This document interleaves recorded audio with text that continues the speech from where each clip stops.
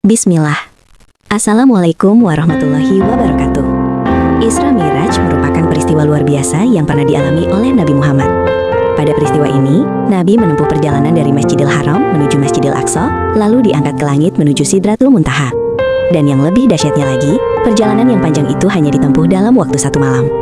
Di video ini kita bakal kupas tuntas tentang kisah Isra Mi'raj, mulai dari awal perjalanan Nabi sampai dengan beliau pulang kembali ke Mekah, lalu menceritakan kejadian itu kepada orang-orang di sana.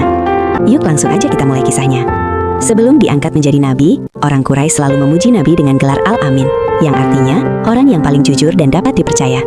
Tapi begitu beliau diutus menjadi Nabi, orang Quraisy malah memusuhi dan memerangi beliau dengan sangat kejam.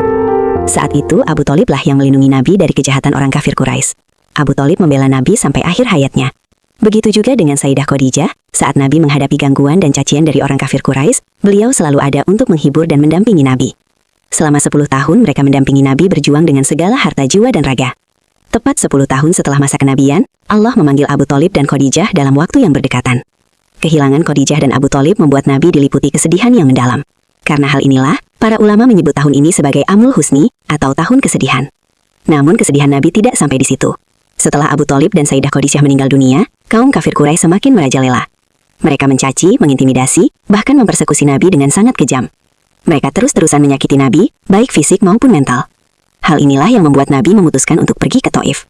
Beliau berharap bisa menemukan perlindungan dan dukungan dari penduduk di sana. Nabi menempuh perjalanan yang sangat panjang waktu itu. Jarak antara Mekah dan Taif kurang lebih 100 km. Jarak yang jauh itu beliau tempuh dengan berjalan kaki.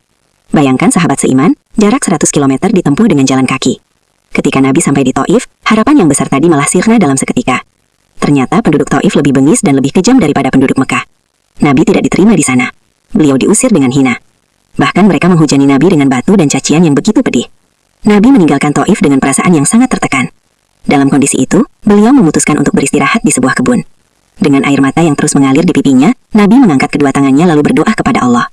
Ya Allah, hanya kepadamu aku mengadu atas lemahnya kekuatanku, dan terbatasnya kemampuanku, serta kehinaanku di mata manusia. Wahai Tuhan yang kasih sayangnya lebih besar daripada penyayang manapun. Engkau adalah Tuhan bagi mereka yang tertindas dan tertekan, dan Engkau adalah Tuhanku. Kepada siapa Engkau hendak menyerahkan diriku?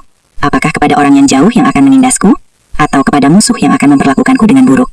Ya Allah, selama Engkau tidak murka kepadaku, aku tidak peduli dengan semua penderitaan ini. Semua ini aku terima, asalkan Engkau tetap ridho kepadaku.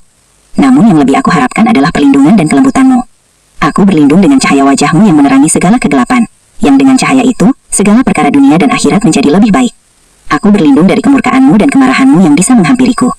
Engkau berhak menegur hingga Engkau ridho. Ya Allah.